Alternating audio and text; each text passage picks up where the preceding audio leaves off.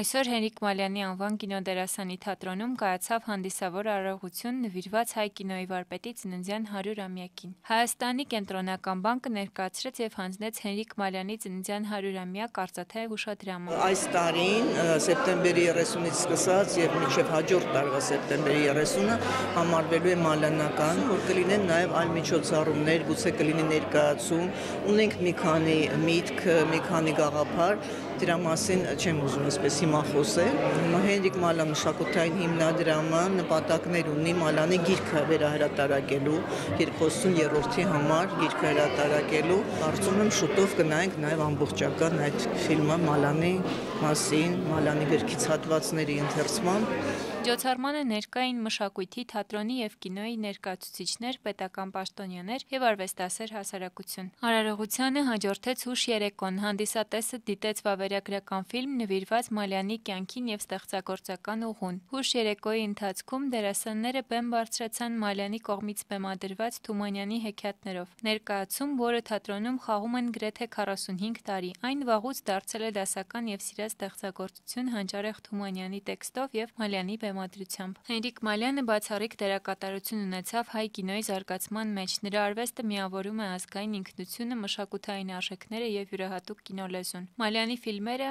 «Մենք ենք մեր սարերը», «Նահապետը», «Եռանկյունին» դարձել են հայ կինեմատոգրաֆիի դասականներ։ Նրա ստեղծագործություններում կենտրոնական տեղ է զբաղեցնում հայ մարդը՝ իր ցավերով ու ուրախություններով, պայքարով եւ արժանապատվությամբ։ Հայաստանի կինոյի հիմնադրամը ԿԳՄՍ նախարարության աջակցությամբ իրականացնում է Մալյան 100 ծրագիրը։ Այն մեկնարկել է դեռ օգոստոսին եւ ներառում է բազմաթիվ միջոցառումներ Հայաստանի տարբեր մարզերում, բացօթյա կինոդիտումներ, թատերական ներկայացումներ, քննարկումներ։ Ծրագրին միացել են նաեւ Կենտրոնական բանկը հուշադրամի թողարկմամբ եւ Հայփոստը նամականիշի թողարկմամբ։ Մալյանի 100-ամյակին նվիրված միջոցառումները շարունակվելու են ողջ տարվա ընթացքում, հասնելով նաեւ արտերկիր։ Էլեն Դանիելյան, Վահան Զալյանց, Օրագիր Նյուզ։